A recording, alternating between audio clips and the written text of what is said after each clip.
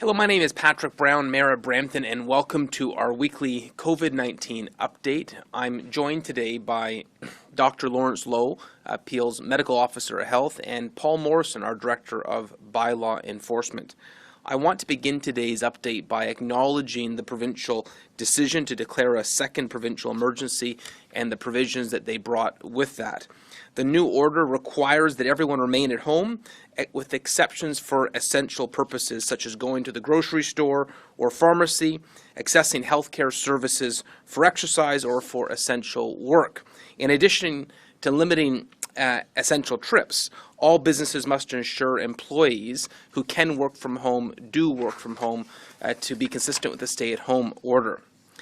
Additionally, public health measures have been enacted that apply across the province and in Brampton. And I just want to mention a few of them that are relevant for our residents. Gatherings are now limited outdoors to 5 people. Previously, it was 10. All non-essential retail stores, including hardware stores, alcohol retailers, and those offering curbside pickup or delivery, must open no earlier than 7 a.m. and close no later than 8 p.m. The restricted hours of operation, of course, don't apply to those that sell primarily food, pharmacies, gas stations, and convenience stores, and restaurants that provide takeout or delivery.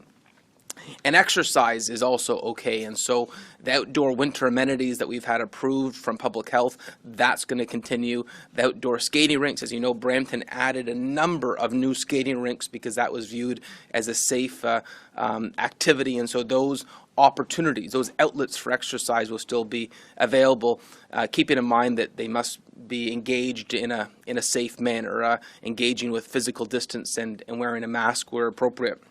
But the one thing that I wanted to mention, I want to underline, because the provincial and federal response is still missing something pretty significant, and that's paid sick days. You know, when we were starting the second wave, I highlighted early on that the two key tools that we were missing and needed were an isolation center and paid sick days. And in December, we got approval for isolation centers in Brampton, and so those are in the process of being opened up. But paid sick days is still something that we haven't seen movement on. You know, the federal government says they have a benefit, but it doesn't appear to be accessible to our workers. Those in precarious employment, those that work for temp agencies, don't have the ability to get this sick benefit. And for those privileged few that can get the sick benefit, it could take months to get that benefit. And for those living paycheck to paycheck, waiting 4 months for a sick benefit, it doesn't work. You know, for many people, it's a choice of putting food on the table or going into work. And we need to make sure that these supports exist. If you look at countries that have been successful in combating COVID-19, they have paid sick days. And so we're going to continue to lobby the Prime Minister and the Premier that this is an integral response that we need. If you look at where the transmission is happening, it's happening significantly in industrial settings amongst our essential workers, in transportation logistics and food processing and fulfillment centers and warehouses. You know, these essential workers are unsung pandemic heroes. You know, we're maintaining Canada's supply chain because of them. Medical supplies coming into the country from truckers. Grocery stores that are full with food because of these unsung pandemic heroes. And the very least we can do is to make sure we have their back. You know, they have Canada's back. We need to make sure we have their back. And one of the tools that we can make sure we provide is paid sick days, that if they do get sick, we're not going to create an environment where it spreads faster because you have people with limited symptoms going into work out of fear that they're not going to get a paycheck. It's just not right. It's wrong. And in a country as prosperous as Canada, this is a tool that we desperately need, and it will make a difference. It will make a difference in the transmission of COVID-19. And you know, I would note our medical officer of health has been outspoken about why this is critical, recognizing where our transmission is happening in Peel Region. And our Region of Peel Council, our regional council, passed a motion that was moved by the Mayor of Mississauga, myself, and the Mayor of Caledon, saying this is what we need. This is a tool that is critical in our response to COVID-19. And so, you know, we need to learn from these experiences. We need to learn from where we see the transmission is happening and understand what supports we have available. And this is one of those tools we need. And so, I welcome the recent announcement by the province that is looking at ways to curtail transmission. But I would just underline that one of the key things we've been asking for from both the provincial and federal governments is paid sick days, and we're going to continue to make that push. And I would note the Mayor Tory in Toronto has been speaking about this. Ontario's big city mayors passed a resolution asking for this, and we're not going to stop talking about this until we have this critical tool for our essential workers. I also wanted to share today an update from Osler. We've got an incredible healthcare leadership in our community. Dr. Naveed Mohammed and his team at William Osler, which covers Etobicoke and Brampton, continue to do incredible work with limited resources. We went into this pandemic with less hospital beds per capita than anywhere else in the province, and despite that, they continued to provide exemplary leadership in caring for our community under difficult conditions. Brampton is a hot spot, Etobicoke is a hot spot, and they continue to provide exemplary leadership under very difficult conditions. Currently, there are 47 patients at Brampton Civic Hospital, and 11 of those patients are receiving care in the ICU. And I should just note one thing that I hear from our hospital leadership often is, I want to reiterate their message that the hospital is not the solution to the pandemic. The solution is in the community. The hospital is the last resort. In terms of testing, Osler has performed 336,568 COVID-19 tests across its sites, and it continues to be the #1 testing hospital in the province. I would also like to thank Dr. Naveed Mohammed and his team for their dedicated effort on the vaccine rollout. Obviously, we need more supply, but they've quickly got up and running, and I know that we are ahead of target in terms of vaccinating our long-term care homes and healthcare workers, and obviously those on the front lines, those workers, it's so critical that they get that protection. And my last update today is from Brampton bylaw Paul Morrison and his team. Between January 4th and January 10th, officers laid 3 charges under the mandatory face covering bylaw and 12 charges under the Reopening of Ontario Act. And I should just say those numbers are very small. You remember me talking in the summer when we were announcing hundreds of tickets each week. The fact that the numbers are so small right now shows that the public understands the severity of the situation with COVID-19, and there's a high level of compliance. And so I want to thank our residents for recognizing the severity of the situation. It makes our job easier when you comply and listen to the public health advice. It is there to protect you, the residents, to make sure that the situation doesn't get worse than it already is. So on that note, it's my pleasure to introduce Dr. Lawrence Lowe to share an update on behalf of Peel Public Health. Thank you, Mayor Brown, and good morning. This week, Brampton's test positivity is at 17.4%, up from 16.9% last week, with an incidence rate standing at 350.8 cases per 100,000, up from 278.9 per 100,000 last week. Brampton and Peel are seeing a holiday surge at the worst time. This concerning increase comes as area hospitals continue to cancel surgeries, transfer patients all across Ontario for care, and see ICU capacity dwindling while contending with more admissions and also more deaths. Let me be clear. This is an emergency. The new provincial stay-at-home measures are welcome and necessary. They will blunt the effects of this holiday surge if we all take them to heart. The message is simple and familiar. Stay home. Do not leave except for essential reasons: work, medical care and medications, exercise on your own or with someone that you live with, and to procure groceries and gas. For everything else, cancel, postpone, or meet virtually. If you are sick, get tested and self-isolate, including from those that you already live with. If you cannot self-isolate safely at home, call Peel Public Health at 905-799-7700 to be considered for referral to one of our safe voluntary isolation sites. These are available free of charge to those who qualify. It's also vitally important that measures be taken to protect our essential workers, for whom staying home is not an option. And that means three things: inspections, investigations, and protections. Our Ministry of Labour colleagues must be further empowered and resourced to blitz highest risk sectors and fine non-compliance. Rapid testing needs to be deployed into workplaces to quickly stop spread. I urge a review of the list of essential workplaces to see what else could temporarily close, with support given to impacted businesses and workers. And finally, while Peel Public Health continues to work with community partners to ensure that education and advocacy efforts for frontline workers account for cultural and linguistic needs, that in itself is not helpful if that advice can't be translated into action.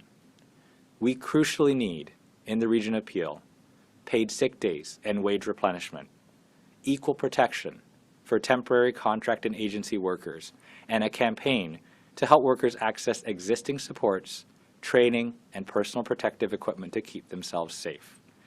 A comprehensive plan for essential workplaces would address the drivers in our community that held our cases to a plateau for 6 weeks before this current surge. But the time for urgent action is now. We are facing catastrophe. I call on all our residents who can to do your part and stay home. And I urge these further protections for our essential workforce that continue their work regardless of the restrictions. We must bring transmission down to keep people safe and also help our immunization program succeed. As of today, with our hospital partners, Peel's community mass vaccination plan has administered 15,000 doses of COVID-19 vaccine to priority groups in long-term care homes and in hospitals. And I know many in our community are anxious to receive the vaccine. At this time, supply is limited, and it is not yet available to the general public. However, our provincial government partners continue to allocate and prioritize and assure us that more doses are on the way. Vaccine aside, though, it's absolutely critical for us all now to do our part and stop the spread. Stay home. Thank you, and I'll pass it back to Mayor Brown.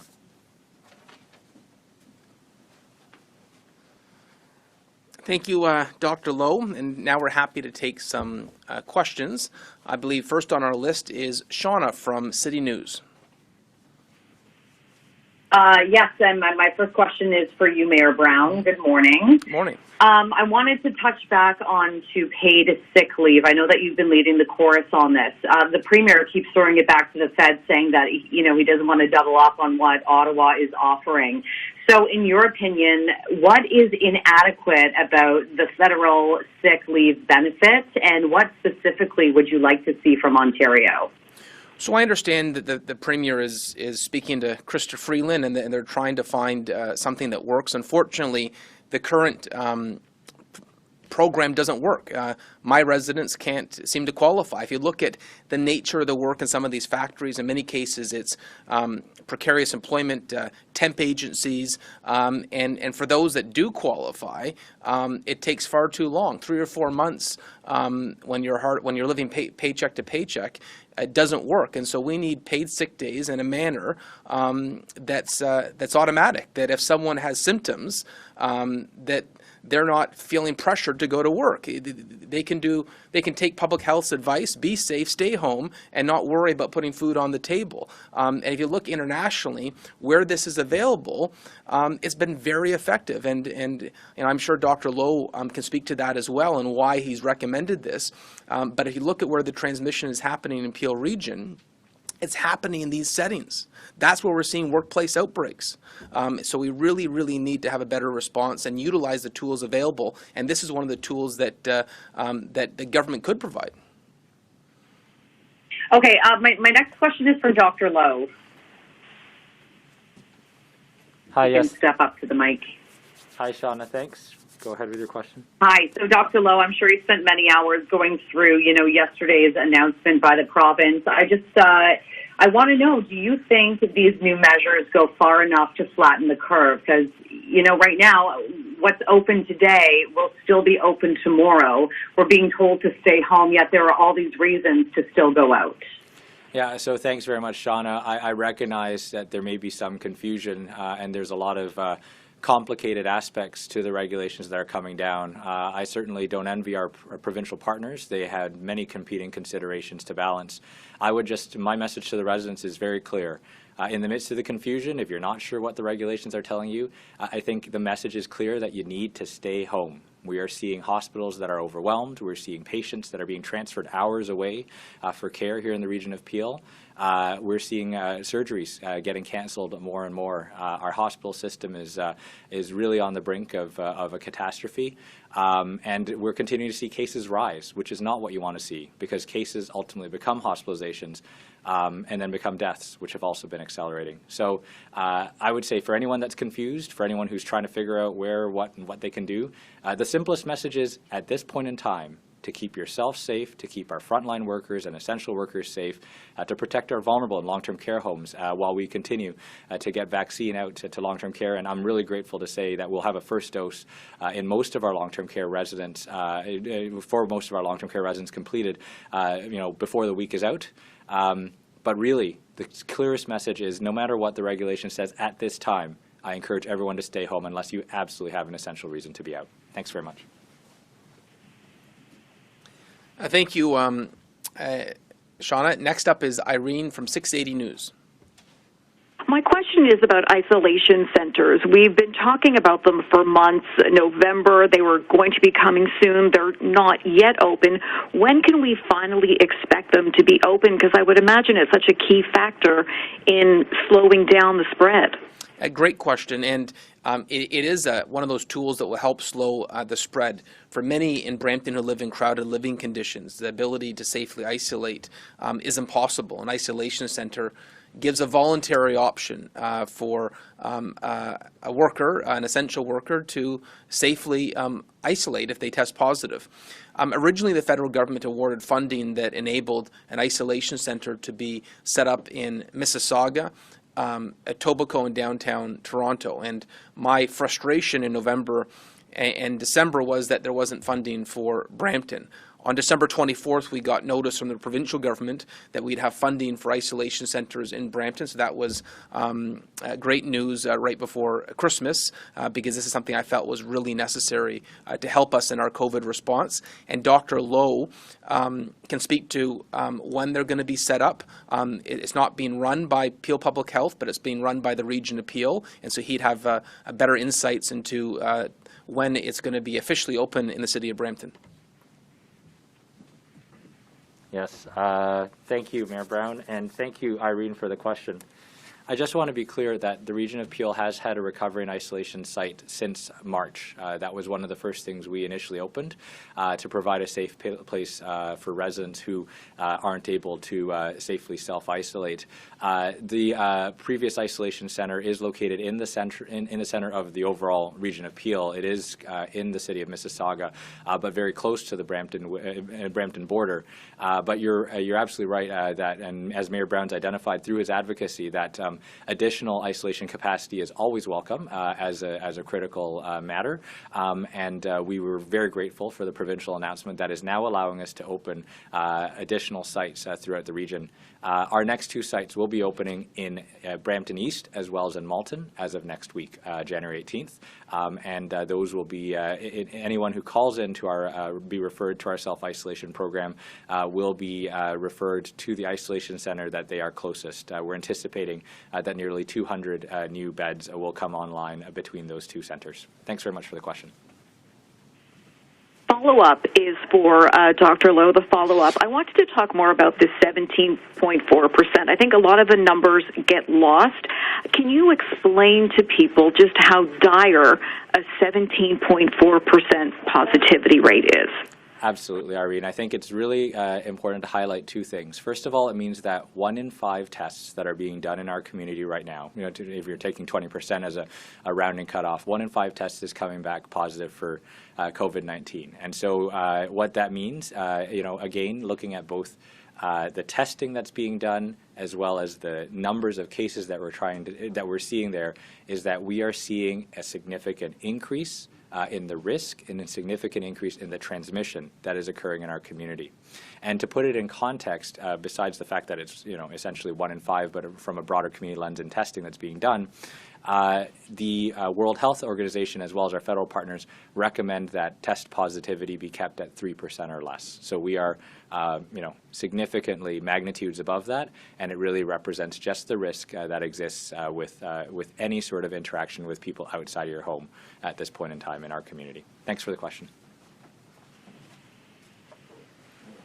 Okay, our next question is Graham Frisk from the Brampton Guardian. Good morning, Mr. Mayor. Morning. My first question will be for you. Since the beginning of the pandemic, I guess, protests have sort of been something that the city's bylaw enforcement has kind of turned a bit of a blind eye to, sort of kind of let happen. With the new announcement, is the city going to start breaking up protests? Because they're becoming pretty frequent in our cities. Yeah, so it's not the responsibility of bylaw to break up protests. That would be a responsibility of the Peel Police, so I think that's a question that should be referred to Chief Nish. I know there's been some car protests recently, and I believe the police have protocols they follow for when they should be broken up and when they shouldn't. I know that we've had protests around Black Lives Matters, End SARS, which was a Nigerian protest, the farmers' protest, and now more recently what happened with the destruction of a monument in Moulivacal. And so I think that right now Peel Police is balancing the right to protest with the importance of adhering to public health protocols.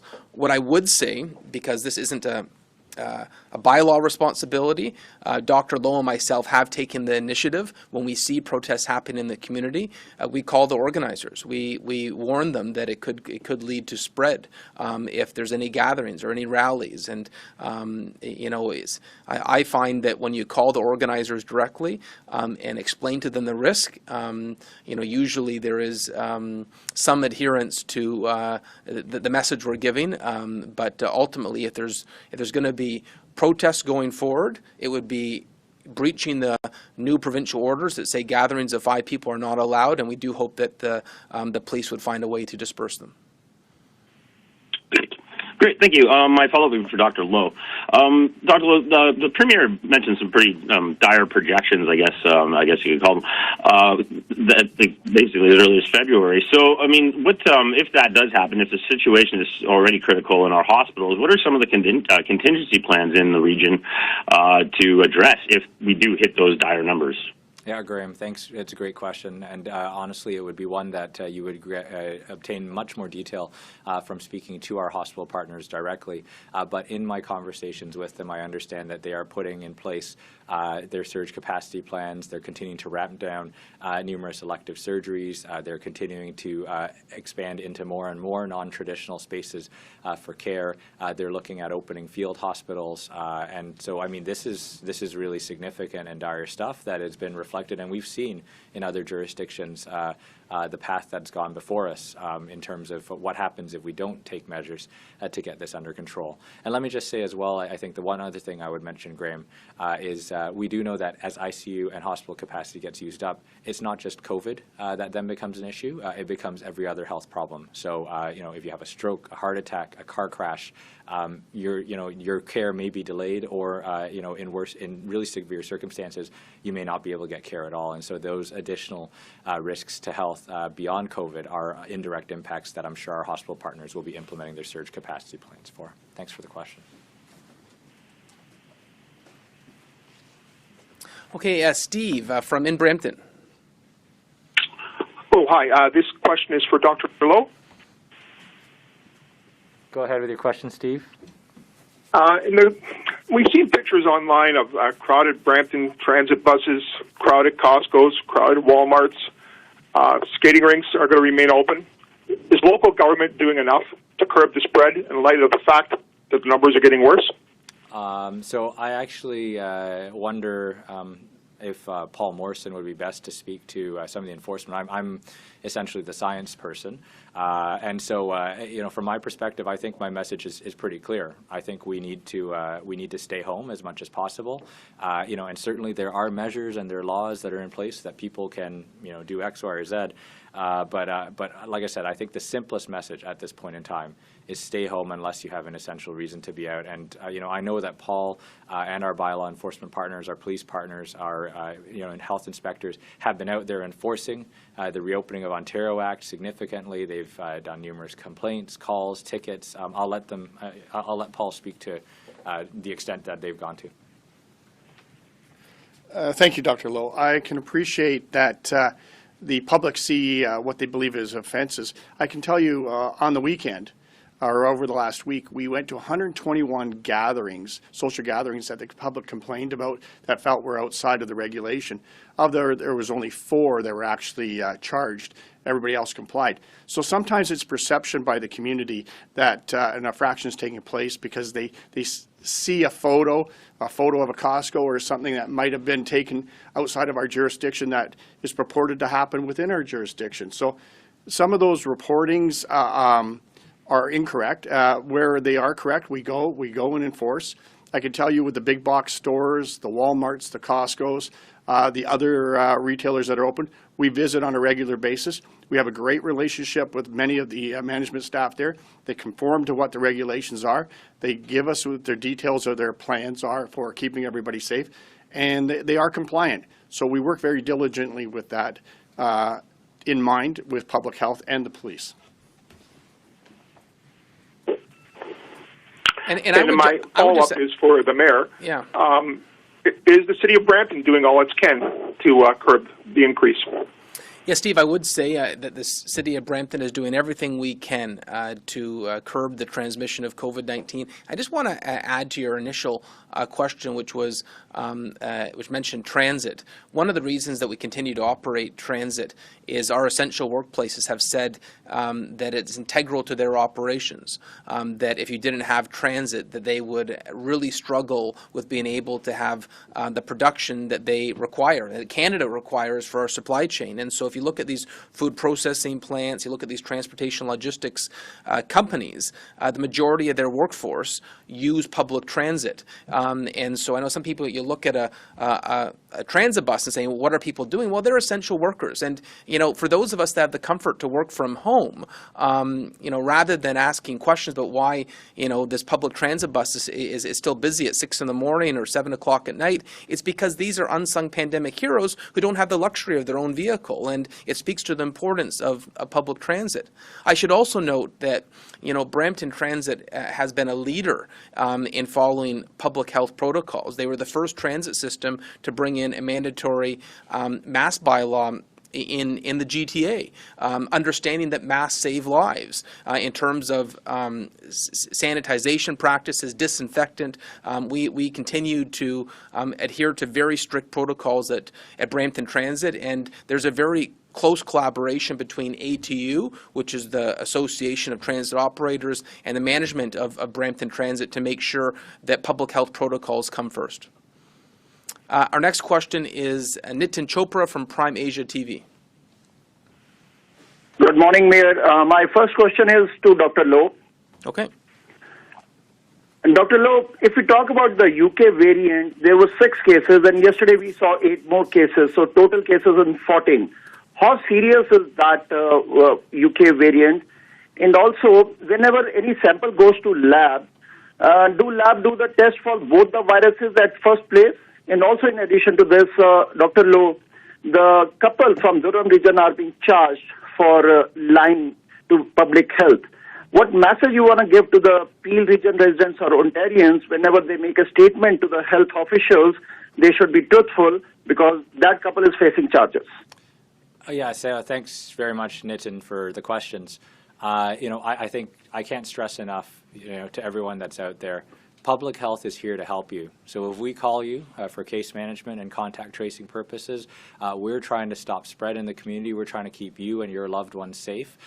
So certainly working with us we really welcome that. We really value that. And I will say that I'm really grateful that many of the people in the region of Peel have done their part to work with us, especially in the midst of coping with this terrible disease, oftentimes with our case management and outbreak investigations. So thank you to residents for doing that, and really thank you as well to residents for making sure that you don't become a case in the first instance and stay home and stop the spread.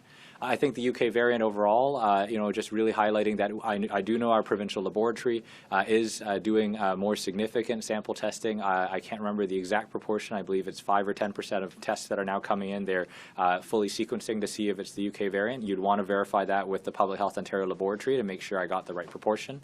But you also have, as you know, the significant risk that if this disease can spread more, then you're going to have more rapid case rise, which means, those proportions of hospitalizations and deaths also rapidly increase at the same time, which is why the fundamental message of my entire presentation today has really been stay home unless you absolutely have an essential reason. And by the way, for our essential workers who can't stay home, let's get a comprehensive workplace strategy with inspections, investigations, and protections that will also keep them safe. Thanks very much. Question is to Paul Morrison. Okay.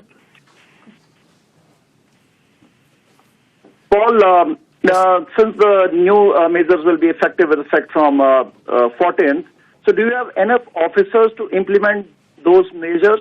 And public is somewhat confused at what to do. So is bylaw very clear that whom to give tickets or not? Because what does stay at home means actually? And if someone with ice rinks and backyard and gauge bar skating ring, how will they distance themselves? Good morning, and great questions. I can tell you that bylaw are prepared to enforce whatever regulations come down by either the province or by the city through bylaw. We are continually to staff to 100%. We will continue to staff right through this pandemic, this COVID emergency, right to the end.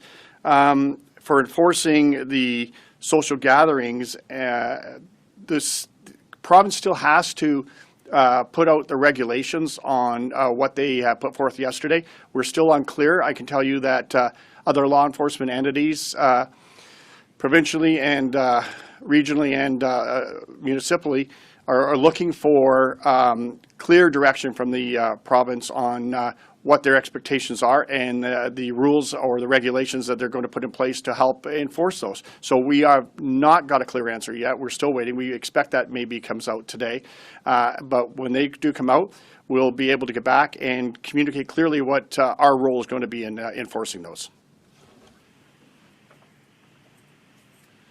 Okay, and Nida from the Pointer. Hi there, good morning. My question is for Dr. Lowe. We know the vaccine has arrived in Peel, but the rollout plan put together by the province doesn't acknowledge Peel and specifically Brampton's unique demographics. For example, for the many elderly people who live in multi-generational homes, they aren't part of the initial rollout plan because they don't live in long-term care homes, yet they are still vulnerable to the virus, just as vulnerable as those who live in long-term care homes.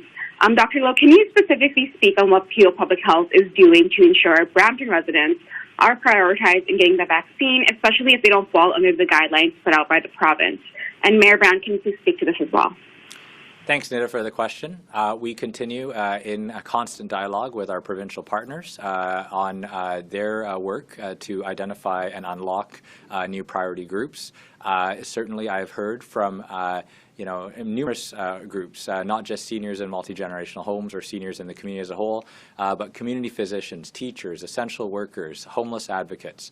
There are a lot of people who are very deserving of vaccines. There are a lot of other considerations and principles that should be considered in the deployment. And I think there's overall a recognition that at this time, our allocation is limited and really mostly covers just our long-term care home and high-risk retirement populations, as well as our hospital populations. So I think it's for this reason, that I've said, the vaccine currently at this time is not available for the general public. I receive assurances from our provincial counterparts that they are working with the federal government to provide more vaccine. But until such time vaccine is more available, we need to stick to the precautions and stay the course to keep each other safe. Thanks very much, Nida, for the question. Nida, I want to underline 2 points in regards to your question. First, we have an issue in Canada with supply. There's not enough supply. If you look at the contracts that the Government of Canada has procured, significant supply don't start arriving until April, May, and June. And this is frustrating because you look at the vaccine rollout, whether it's in the UK, in Israel, the UAE, the United States, on a per capita basis, the vaccine rollout's happening a lot faster. And so it speaks to the urgency that we have for the Government of Canada, not only to have contracts that provide vaccines and a vaccine supply to Canada, but when those vaccines arrive. And I think right now the contracts, we need significant more supply a lot faster. And the contracts currently don't provide for that. I know we'd be ready to immediately ramp up vaccinations if new supply arrived. On that note, my second point is there has to be an understanding that there are different environments across Canada and you can't treat every region the same. One frustration I have is that there are some regions that have a significantly lower positivity rate but are being treated in comparable terms in terms of the vaccine rollout. So let me give you an example. Ottawa. Ottawa's positivity rate, the pressure on their healthcare system is dramatically different than it is in Peel Region. And yet we haven't seen that reflected in the vaccine rollout. To this point, Mayor Crombie, Mayor Thompson, Chair Yanika, and myself are writing a letter to this effect to the province and to General Hillier, highlighting these discrepancies. And I believe that letter, if it hasn't already been issued, is being issued very shortly, because we do believe there needs to be more urgency on the limited supply we have to where COVID-19 is most evident, and we know based on the positivity rates there is a greater need and a greater challenge that exists in Peel Region. Is there a follow-up question? Thank you. Yes, okay. Thank you. My follow-up is for Paul Morrison. The province's announcement yesterday gives a lot of authority to policing to enforce the stay-at-home orders, and Brampton's bylaw officers will be included in this, as you mentioned. Can you explain how the team is taking the problems around policing racialized communities into account when it comes to this new order? Well, great question. I don't see how it's going to change for us. We have a very diverse and multicultural community within the city of Brampton, and we police under ensuring that all the citizens' rights are maintained. And when it comes to race, we'll understand as best we can culture and race where it impacts our enforcement. But keeping that in mind, we are going to be fair and balanced throughout this community. We understand that different organizations, different communities, different individuals have different needs, but we are a community and we will be fair right across the board. And I would just add that one thing that Brampton bylaw does a great job at doing is the laws are changing so quickly and so often in terms of the emergency protocols. I know Brampton bylaw always attempts on first blush to educate and to make sure that the communities know what the new provisions are. Because one of the challenges is that you have these provincial announcements, but there are language barriers to understanding the changing requirements. And so with Peel Public Health, the city of Brampton, we do try to communicate in multiple languages explaining these new protocols. In the city of Brampton, we actually communicate in the top 10 spoken languages in the city of Brampton, and always try to educate before we resort to financial enforcement.